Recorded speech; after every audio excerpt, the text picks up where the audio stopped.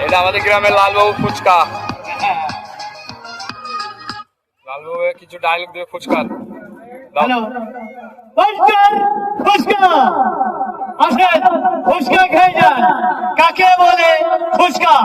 চিনির ঝাল, লঙ্কার ঝাল, গোলমরিচের ঝাল, আদা বাটা, সস বাটা সব রকম পাওয়া যায় পুচার গাড়ির কাছে। আসেন, ফুচকা খান। আপনি চিন্তা করছেন, চিন্তা করবার দরকার করে না। আসেন, ফুচকা খান।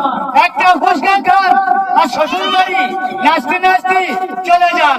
30 টাকার ফুচকা নিয়ে যান, শাড়ি দাগে খান। কাকে বলে ফুচকা? আপনি দুলা ভাই হচ্ছেন, আমার ক্ষতি করি শাড়ি দাগে নি খাওয়াবেন, কোনো টেনশন করবেন না।